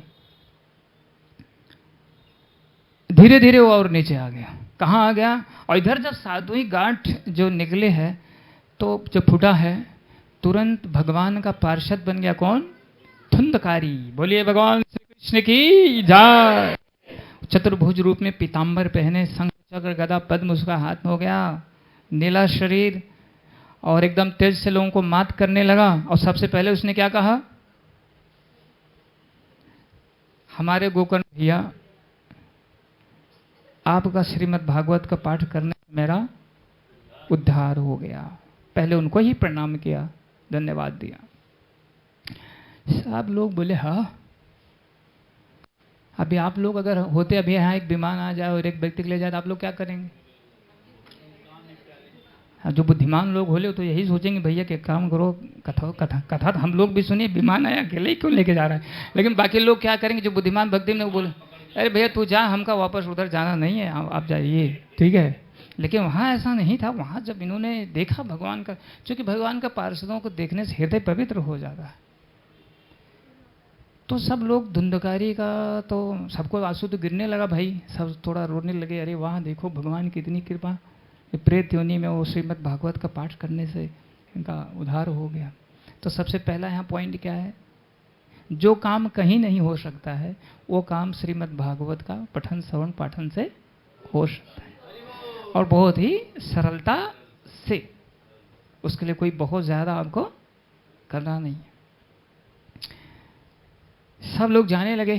गोकर्ण की भी आँख में आंसू आ गया, इतनी कृपा। अभी जैसे मान लो आप साधना कर रहे हैं, साधना ठीक से नहीं हो रही, लेकिन अगर भगवान श्री कृष्ण आपके सामने आ जाए तो आप भी तो रोना कि मेरे अंदर योग्यता नहीं, प्रभु इतने कृपालु आ गए।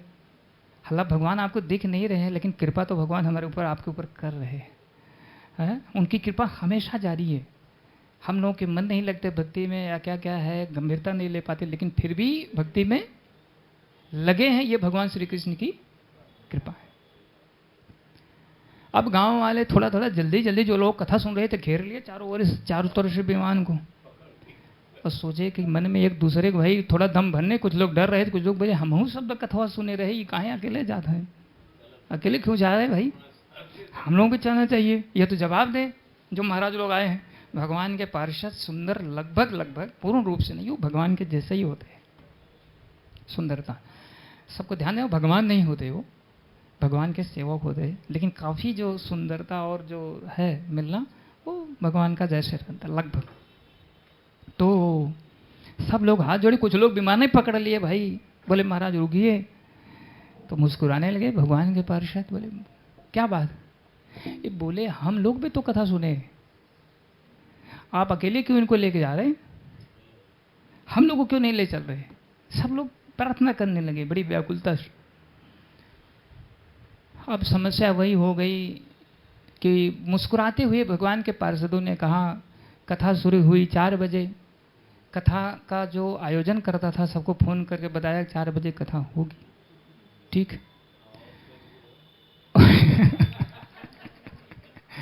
और आप आ कितने बजे रहे? आप पहुंचा 5:30 बजे। भैया यहाँ किसी को नहीं कह रहा हूँ, एक उदाहरण दे रहा हूँ, ठीक है, आप लोगों की व्यक्तिगत बात है।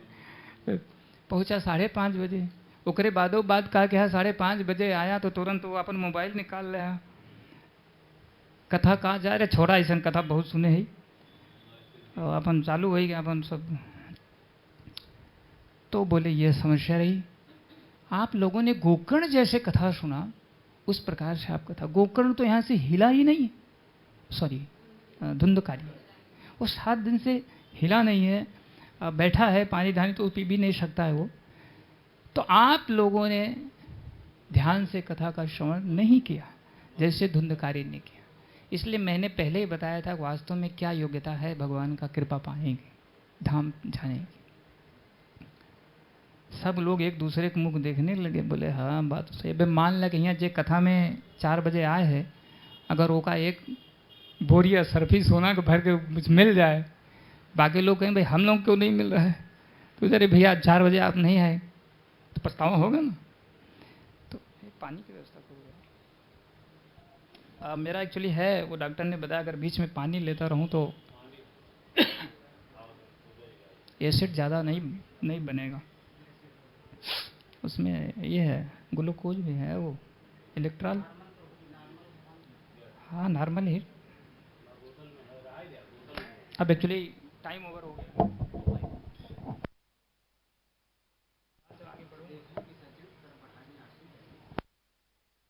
क्वेश्चन तो पूरा हो जाए, हम भी चाह रहे हैं कि कर दिया जाए। मैं सोचा भी नहीं था कि इतना ज़्यादा बोलना है। अगर प्रसंग नहीं पूरा करूंगा तो आप क्या कहेंगे, अधूरे में छोड़ दिए लोगों को, है? तो बोले फिर क्या करना है? अगर भगवान के पार्षद बोले अगर आपको आना है, ऐसे विमान में बैठना है, तो आपको कथा ऐसे ही सुनना पड़ेगा। बोले आज नहीं जा पाएंगे? बोले नहीं भाई आज तो नहीं सर। कुछ लोग होशियार भी होते हैं ना भाई, इधर उधर लाइन में कूद के आगे आने चाहते हैं ना हर काम में। बोले ऐसा नहीं चलेगा। ले करके धुंधकारी अपना दिव्य शरीर प्राप्त किया भगवत धाम का, और वहाँ से वो वैकुंठ जगत चला गया। सब लोग गए अपने अपने घर पे। पहले घर पे जाके एक बार लड़ाई पटकी पटका हुई। किस लिए हुई? कोई अपने पत्नी कह रहा था कथम चलो, बोले मैं नहीं जाऊँ। कोई पत्नी जा रही थी, बोले पति कथम चलो, बोले मैं नहीं जाऊँगा, ऐसा कथा बहुत सुना हूँ। तो पहले थोड़ा झगड़ा हुआ, बोले इससे देखो तुम इतने, जैसे जो नहीं गए थे, बोले देखो तुम इतने, तुम्हारे वजह से मेरा भी जाना नहीं हुआ, और धुंधकारी चला गया बैकुंठ, हम लोग नहीं जा पाए। और जैसे जो है बैकुंठ चला गया धुंधकारी, तो जो सुनते थे सब लोग भाई ये तो बात सही है। सारे लोगों ने फैसला कर लिया, एक मीटिंग हो गई जितने लोग कथा में गए थे।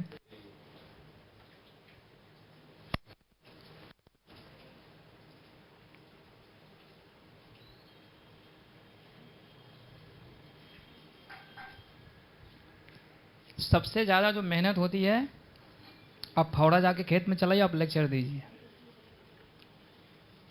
सबसे ज़्यादा जो मेहनत होती है बोलने में होती है, खास करके जब आपको, हाँ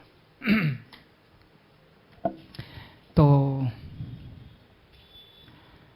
सब लोग बोले चूल्ही चक्का घर में सब फोड़ो तोड़ो, सब बंद करो।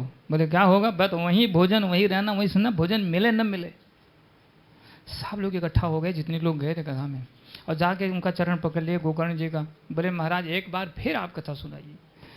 अब भगवान के भक्त तो प्रसन्न हो गए। बोले कोई बात नहीं है, भक्तों का एक ही उद्देश्य होता है कि उनका एक ही उद्देश्य रहता है कितने लोगों को भगवान के नज़दीक ला दिया जाए, ठीक है। कथा शुरू हो गई। अब सब लोग बोले ना, मोबाइल और सब बंद भाई, स्विच ऑफ करो, ये सब लफड़ा दोबारा नहीं फंसना है जाल में। सब कुछ सबको लट कर पंचायत में फैसला हो गया है, अगर कोई भगवान की कथा को सुन करके दूसरा कोई किया तो उसको मारा जाएगा पकड़ के।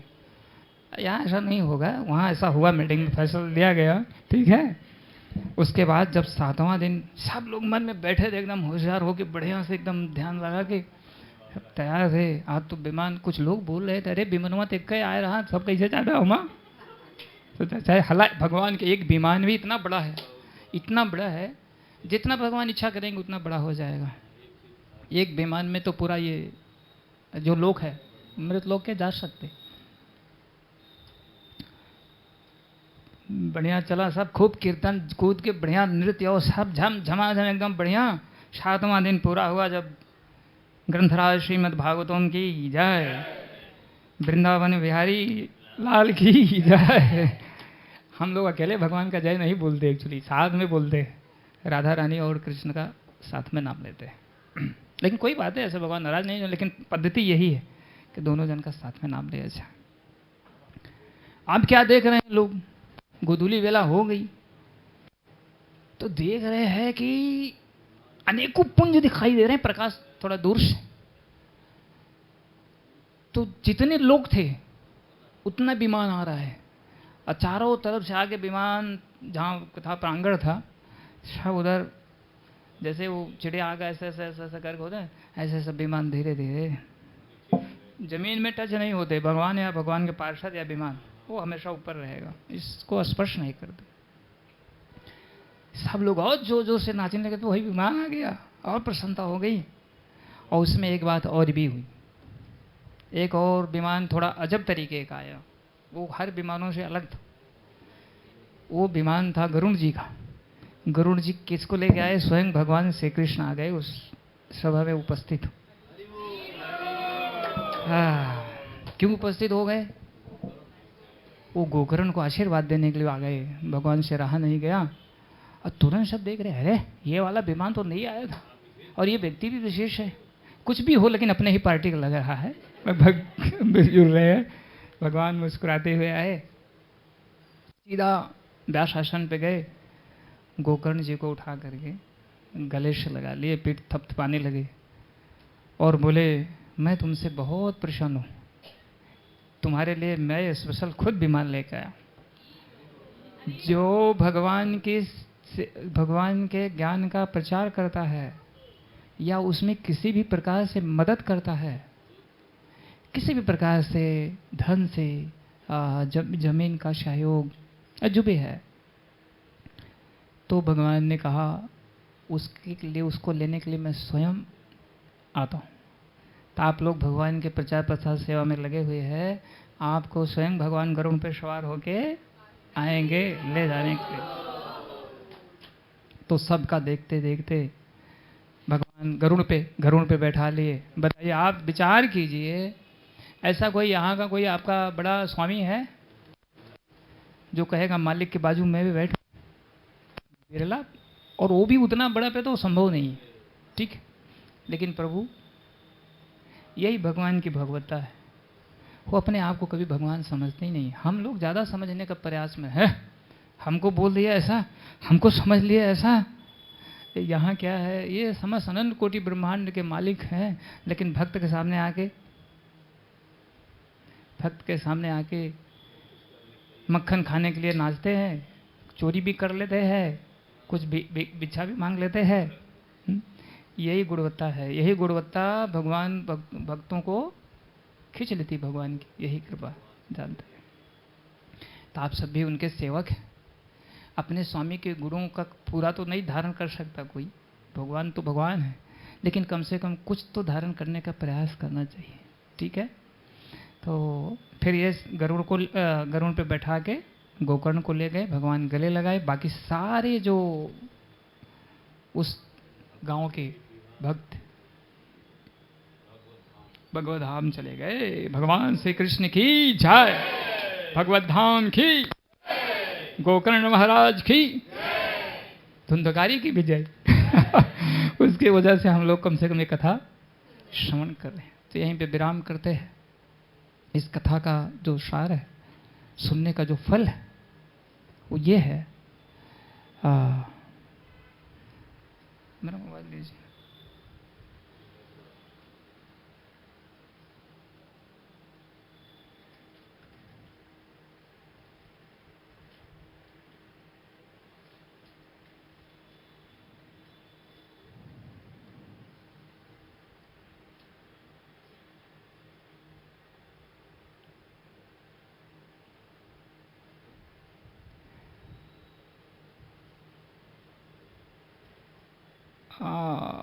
आख्यान एतद यरणम पवित्रम। मेरा भी बैटरी डाउन हो गया, बैटरी में एनर्जी डाउन, थक गए ना।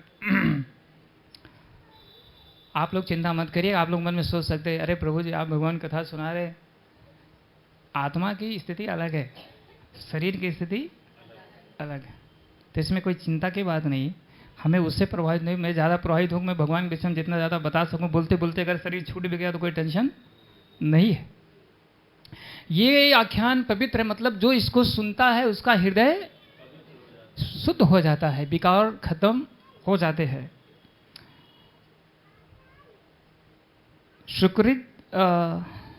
सुकृत विद देहि धाम। और क्या होता है, भगवान के अहित की कृपा प्राप्त होती है, धाम भी प्राप्त होता है। श्राद्धे प्रयुक्तम पितृनाव है नित्यम। तो जो ये श्राद्ध करते हैं, जो हमारे पितृ हैं, अगर ये आख्यान जो सुन रहा है व्यक्ति, उसके पितृ वहीं से वो आगे बढ़ जाते हैं। अगर वैकुंठ में हैं तो आप सबको आशीर्वाद प्रदान करते, वाह बेटा, वाह बेटा, वाह बेटी, वाह वाह, आशीर्वाद देते। अगर पितृलोक में बेचारे हैं, वहीं से वैकुंठ जाने की तैयारी करते हैं। और क्या होता है, मुराठाद पवनी, थोड़ा दिखने में छोटा अक्षर है ना, इससे प्रॉब्लम है। पुनर्भवम चा, यहाँ ये बताया जा रहा है, उसका जो इसने इस आख्यान को सुना है, उसका पुनः इस भवसागर में लौट के आना। देखा, जे हरि बोल तेजी से बोले ना, जान लो वह जाए, बाकी कुछ लोग बोलबे ही ना कहे, वही तो लफड़ा रहा। मतलब आप तैयारी नहीं किए हैं। वो तो देखो क्या होता है, हृदय से निकलता है, तो तैयारी करिए। हालांकि जो लोग हरि बोल नहीं बोले वो भी जाएंगे, अब यहाँ तो आप तो देख ही रहे हैं। तो उसका मतलब इसमें इतना बेनिफिट है, पितरों का कल्याण हो जाएगा, हृदय शुद्ध होगा, भगवत धाम जाएंगे, पुनः इस जगत में लौट के वापस। और क्या होगा, और सारा ऐश्वर्य भी उसे प्राप्त होगा इस भौतिक जगत में। जो अभी देखा, ईश्वर का नाम आए तो भाई बोल वैकुंठ जगत कोई जाना, लेकिन आप लोग चाहेंगे तो बढ़िया है। इसलिए क्या करिए, जब एक दिन सुनने से इतना फल मिल रहा है, तब क्या करना है, इसमें एक शब्द नित्यम लगा हुआ है, ठीक है ना, नित्य। तो रोज आपको थोड़ा श्रीमद् भागवत का पठन पाठन, इसलिए रोज हम लोग बोलते हैं कि आपने पढ़ा कि नहीं पढ़ा, ठीक है। हरे कृष्ण। ग्रंथराज श्रीमद् भागवतम महापुराण की जय। क्या किसी का कोई प्रश्न भी है, कोई जिज्ञासा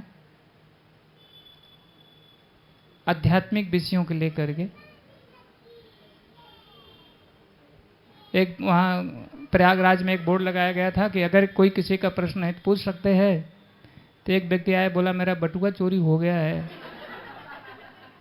तो बोले देखो भाई, बटुआ चोरी हो गया, पुलिस वाले डिपार्टमेंट में जाइए, यहाँ जो है आध्यात्मिक प्रश्न है। तो इसलिए प्रश्न जो आपका होना चाहिए अध्यात्म से संबंधित होना चाहिए। अगर कोई किसी का कुछ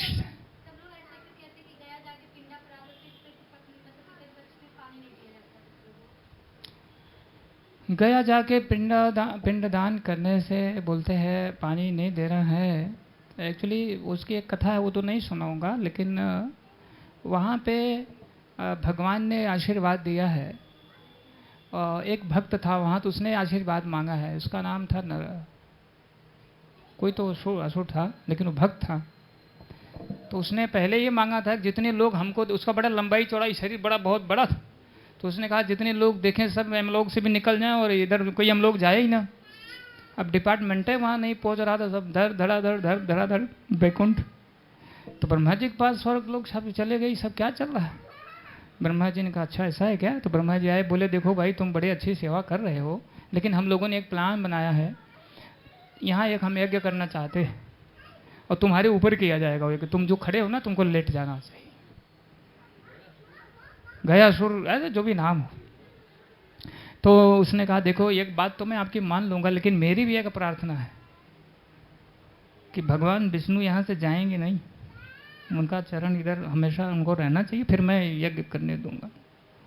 तो बात यही है वहाँ की, भगवान विराजमान है और ये तो ये वरदान मांग लिया है, तो वहाँ पे जो जाता है तो हो जाता है, लेकिन पिंडदान नहीं करना चाहिए ये गलत बात है। ओह सॉरी, यहाँ पे नहीं सेवा करनी चाहिए। मान लो जैसा मिसिंग होता, आखिर में गोकर्ण जैसा व्यक्ति जाके वहाँ पे पिंडदान किया था, इतने महान जिनको श्री कृष्ण भगवान स्वयं लेने के लिए आए।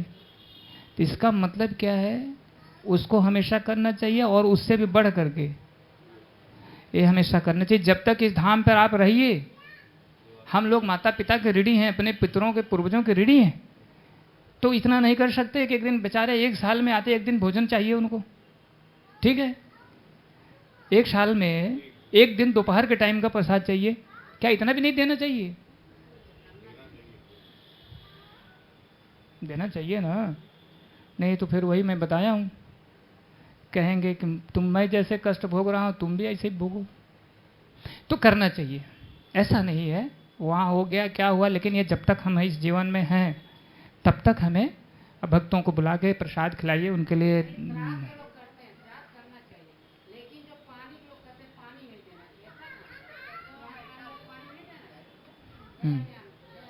देखा माता जी, सबसे पहली बात ही हमारे सब एरोप्लेन सर्विस वाले है ही, समझ गए, हमारे सब एरोप्लेन सर्विस है, डायरेक्ट फ्लाइट है, कहीं रुकेगी नहीं।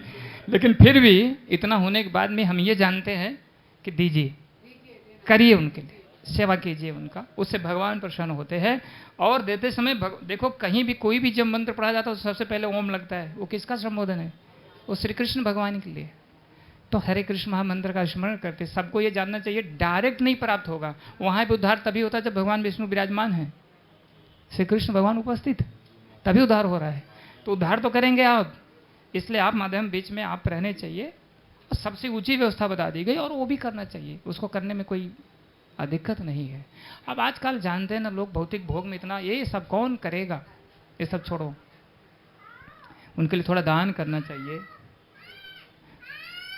उनको थोड़ा इंटरेस्ट हम लोगों को देना चाहिए ना, कि भाई आपने इतनी प्रॉपर्टी बनाया था, आपने पढ़ाया लिखाया, तो मान लीजिए कोई माता पिता अपने बच्चों को इतना मेहनत से पढ़ा लिखा रहे हैं, तो कम से कम माता पिता शरीर छोड़ने, बच्चा इतना तो करे, थोड़ा कमाई में से अपने थोड़ा उनके लिए भगवत गीता का दान कर दे, थोड़ा और चीज़ें कर दे। एक मेरी जिज्ञासा है जी, जैसे कुछ लोग कहते हैं इस पक्ष में कि अगर कोई खानदान में किसी की मृत्यु हो गई है अथवा किसी की शादी विवाह हुई है, तो पितृपक्ष में तर्पण है या और भी कोई काम नहीं करना चाहिए। शादी विवाह हुआ है पितृपक्ष में? नहीं, पितृपक्ष में पूरे वर्ष में है, अगर घर में किसी का विवाह हुआ है या कोई किसी की मृत्यु हुई है, उसमें ये कहा जाता है कि उसमें पितरों का आवाहन कर दिया जाता है, इसलिए पितृपक्ष में उस पर उनको तर्पण करने, जल लेने, श्राद्ध करने की आवश्यकता नहीं है। इसमें कहाँ तक सच है? अच्छा ये, अच्छा ठीक, हाँ या अगर हम करते भी हैं तो क्या उनको नहीं मिलेगा कि मिल जाएगा? हाँ। ये एडिशनल होगा। तो पहला तो बात ये हो, जैसे जिन लोगों को कहते करना नहीं चाहिए, तो अगर कर दिए तो क्या हो गया, नुकसान क्या हो गया, पहली बात। और जो दूसरा आपने कहा उनको मिलेगा कि नहीं मिलेगा, 100% मिलेगा, उनको मिलना ही मिल रहा है, एक्स्ट्रा लाभ आप दे रहे हैं उनको, ठीक है। तो ये सब जो बात है, देखो एक ज्ञान कांड है, कर्म कांड है, भक्ति योग है, ठीक है। कर्म कांड ज्ञान कांड क्या है, इसका जो शास्त्र में बताया गया ये बहुत खतरनाक है एक्चुअली, समझ रहे हैं। इसमें कहीं भी थोड़ा इधर उधर हुआ तो उसका उल्टा नुकसान भी आपको उठाना पड़ सकता है, ठीक है। भगवान, अब क्योंकि भगवान को पता था ये कि सारे लोग तो हमारे सब लोग पीएचडी तो करेंगे नहीं। अब जितने लोग बैठे कोई जरूरी सब लोग एमबीबीएस करें, जिसकी एमबीबीएस करने की योग्यता होगी वही करेगा ना भाई। कहने का तात्पर्य यह है कि कुछ लोग भगवान को पता है ये कीड़े मकोड़े का जैसा ही घूमना चाहते हैं, इनको मैं कितना भी समझाऊंगा, कितना भी आगे संदेश दूंगा, मानेंगे। तो इसलिए नीचे से ऊपर उठने के लिए कि चलो भाई कुछ तो करो, जी को पार्जन करने के लिए, जैसे कुछ नौकरी चाकरी धंधा बिजनेस करना है तो उसी प्रकार से भगवान के प्रति प्रीति बढ़े तो कुछ नीचे से हमको करना है। लेकिन वास्तविक जो यहाँ पे चर्चा हम लोग कर रहे हैं बिल्कुल करना चाहिए, कभी मत बंद कीजिए, हमेशा कीजिए, वो लाभ ही लाभ है, आपके लिए भी बढ़िया है। कितना पितर लोगों को बुलाए नहीं है, हम लोग तो कितना जन्म हुआ कोई सीमा तो है नहीं, गलत कह रहे हैं बताइए आप, है कि नहीं। तो कितने लोगों का आवाहन कर लेंगे। अब पता नहीं जो बैठे हैं बेचारे बुलाने के लिए, पता नहीं उनकी भी कितनी पवित्रता है, बुला पाएंगे या नहीं। तो उसका तो हमारा कोई विरोध नहीं है। लेकिन ये जो आपने पूछा है, जहाँ तक मैंने सुना और जाना है, ये सब क्रियाएं कभी बंद करना, ये सब शुभ क्रिया है, इसका लाभ ही लाभ है, इसको करना ही चाहिए। विशेष रूप से हाँ, पितृपक्ष में आप और सब भक्ति को तेज, कुछ लोग बोलते हैं दिया मत जलाया, बत्ती मत जलाइए, क्या न करिए, ये न, अगरबत्ती मत पूजा मत करिए, क्या हो जाएगा। अरे बताइए, मंगल ही मंगल है। वहाँ आप अभी आख्यान सुने कि श्रीमद् भागवत सुन करके प्रेत चला जा रहा है, मतलब मुक्त होके भगवत धाम चले जा रहे हैं। तो भक्ति जो है वो सबसे ऊपर है और भगवान का आदेश भी है सबके लिए। लास्ट में उन्होंने कह दिया है, क्या कह दिया है, भक्त्या मां भी जानाति। अगर कोई मुझे जान सकता है, समझ सकता है, प्रसन्न कर सकता है तो केवल भक्ति योग। भक्ति योग का मतलब होता है भगवान को प्रेम करना, सेवा करना भगवान की। यहाँ कर्म कांड और ये कोई भी सब लागू नहीं होता है। और हमको तो लगता है सब लोग यही चाहेंगे कि प्रभु जी ऐसी व्यवस्था बतावा तो सरल भी हो, सीधा हो, ठीक है, दूसरा तो नहीं चाहे। हरे कृष्णा। तो बहुत बहुत धन्यवाद। तो आप सबको ये सब कभी बंद मत कीजिए, भगवान को माध्यम बना। हाँ, उसमें बहुत ज़्यादा लीन होने की आवश्यकता नहीं है, यहाँ सार रूप में बता दिया गया। अब सत्यता तो ये है, अगर और रूप में कह लें तो जो भागवत पढ़ रहा है, नाम जप कर रहा है, उसके लिए पानी वानी भी देने की जरूरत नहीं है, ठीक है। लेकिन हमें थोड़ा सिस्टम को तोड़ना नहीं चाहिए। उसे भी नहीं पता लगे हमारे बच्चे लोग भक्त ना हो, कहे ना माता पिता ना दे रहे हैं पानी तो हमको देने की क्या जरूरत है, वही भोगते रहो, ठीक है। तो आप लोग एकादशी व्रत रखिए।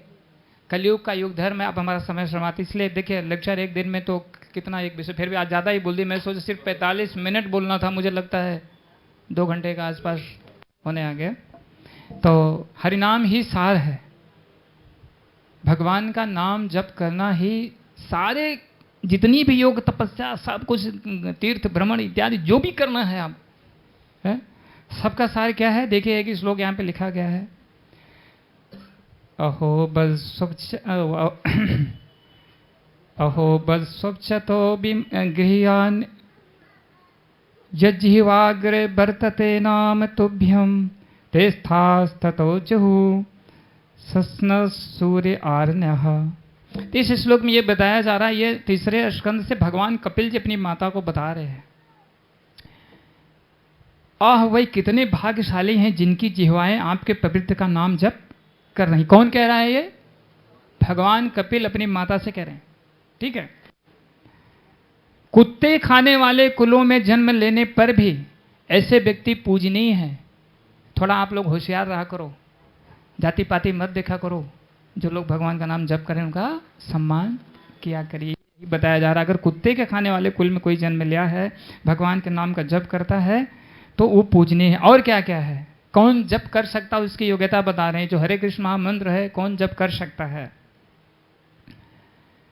उसने सभी प्रकार की तपस्याएं, जितनी तपस्या होती है, और सब पिछले जन्म, इस जन्म में नहीं, उसने सभी प्रकार की तपस्याएं और हवन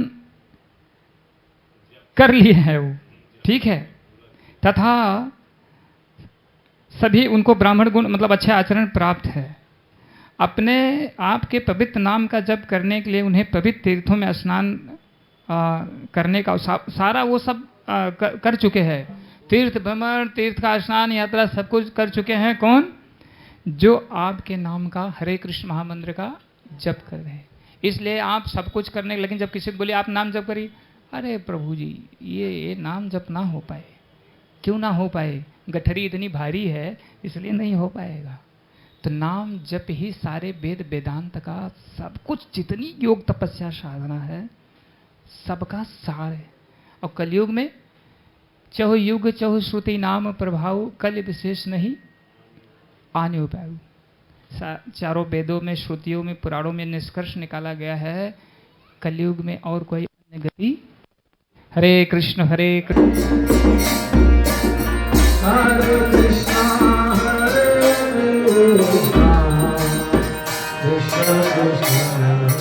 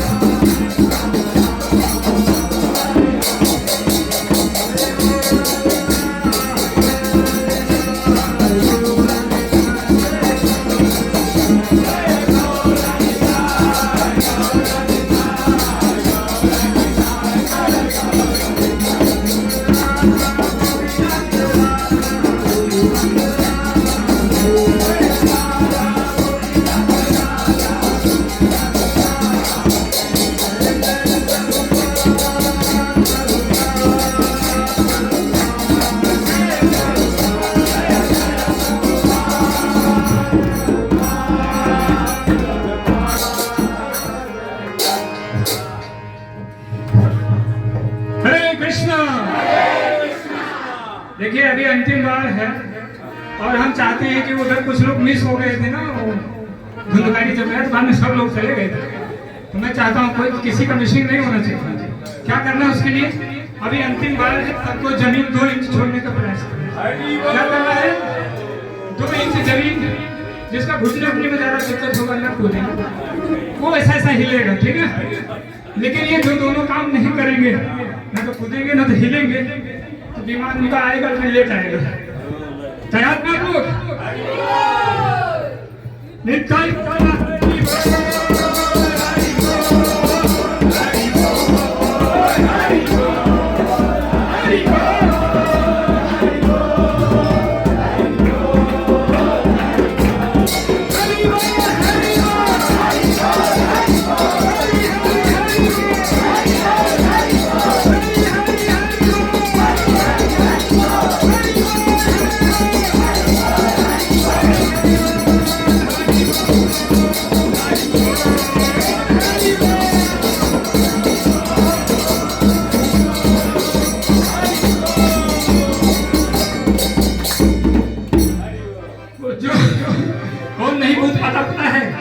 नहीं छोड़ पाता, जिसकी जो गठरी है ना जान के वजह से वो अशुभ कर्मों की पकड़ के जमीन ना तुमको हिलने नहीं देंगे।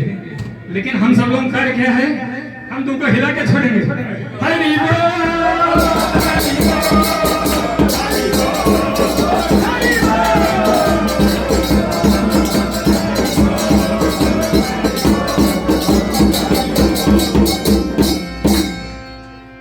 एक साल में सबके पितरों के लिए कल्याण के लिए काम लो। अब जिसका हाथ भगवान ने सही रखा, दोनों हाथ उठाएंगे, माताएं आधा उठाएंगे, पुरुष लोग पूरा उठाएंगे, ठीक है। और हमारे साथ बोलेंगे, हम भगवान चरणों निवेदन कर रहे हैं, आप सबके पितरों का जो आने आगे आगे पीछे सब पीढ़ी है, आप सही समय आने में सब भगवान के धाम को हरे कृष्णा हरे कृष्णा कृष्णा कृष्णा हरे हरे हरे राम। आवाज तो सुनाई ना पड़ेगा। हरे राम राम राम हरे हरे राम। प्रभु की बहुत बहुत बहुत धन्यवाद। आप सबने दर्शन में दिया, ओझा जी को बहुत धन्यवाद। आपके तो सब इधर उधर सब उड़ी जा रहे हैं और आपने इतने लोगों का आशीर्वाद भगवान दिलाया, सबका बहुत बहुत आभार है। हरि बोल।